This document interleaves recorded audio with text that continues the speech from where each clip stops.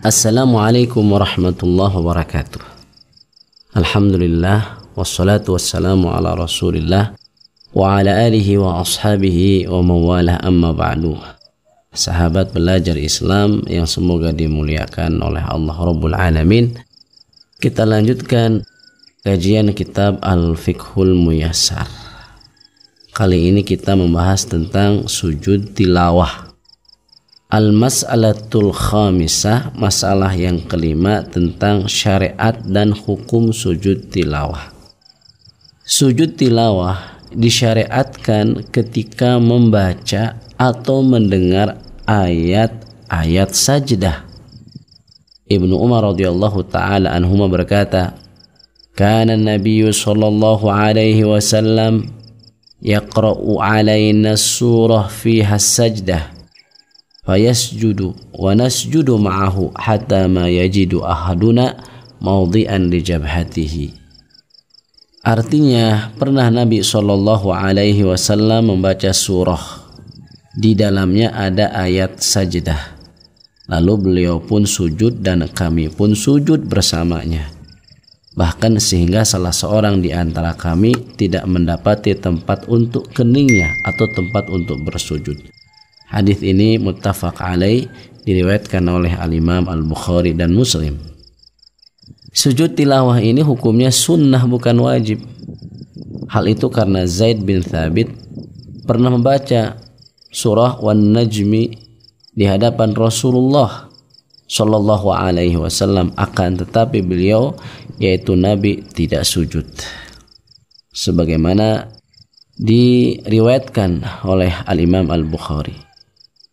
Jadi hadis yang kedua menunjukkan bahwa sujud tilawah hukumnya tidak wajib, ia hanya sunnah sebagaimana ditunjuki oleh hadis yang pertama. Jadi kalau digabungkan hadis pertama, yaitu hadis Abdullah ibnu Umar, dan hadis Zaid bin Thabit, kesimpulannya bahwa sujud tilawah tidak wajib, akan tetapi sunnah.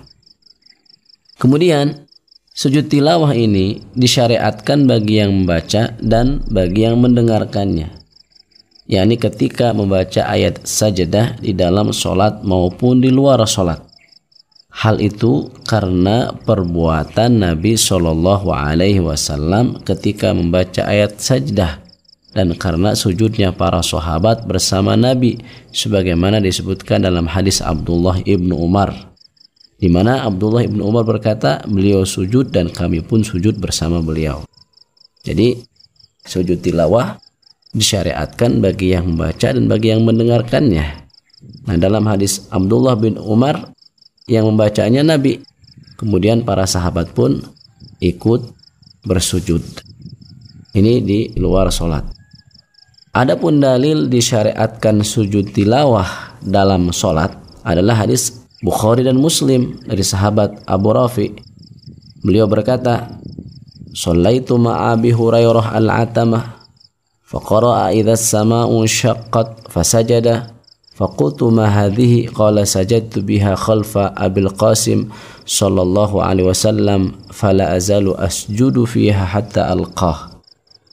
Artinya, aku pernah melakukan salat Isya bersama Abu Hurairah radhiyallahu taala anhuma.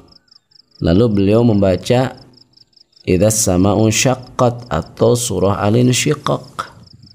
Lalu beliau sujud. Aku bertanya, "Ada apa gerangan?" Jawaban beliau, "Aku sujud karenanya di belakang Abul Qasim," yaitu di belakang Rasul sallallahu alaihi wasallam. "Maka aku akan senantiasa sujud karenanya sehingga aku berjumpa dengannya atau sehingga aku wafat." Jadi dalam hadis Abu Rafi ini beliau menceritakan sahabat yang mulia Abu Hurairah, di mana beliau sholat di belakang Rasul dan Rasul membaca surah Al-Insyiqaq. Pas ayat wa idza quri'a alaihimul qur'anu la yasjudun. Nabi sujud, ya. Maka demikian pula kata Abu Hurairah, aku senantiasa sujud karenanya.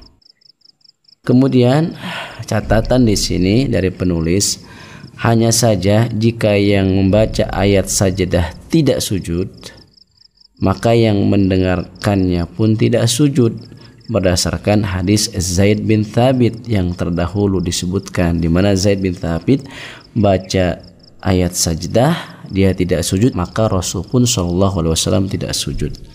Ya, demikianlah materi yang bisa saya sampaikan, semoga bermanfaat. Akhukum fillah Abu Sumayyah bin Sarbani. Wassalamualaikum warahmatullahi wabarakatuh.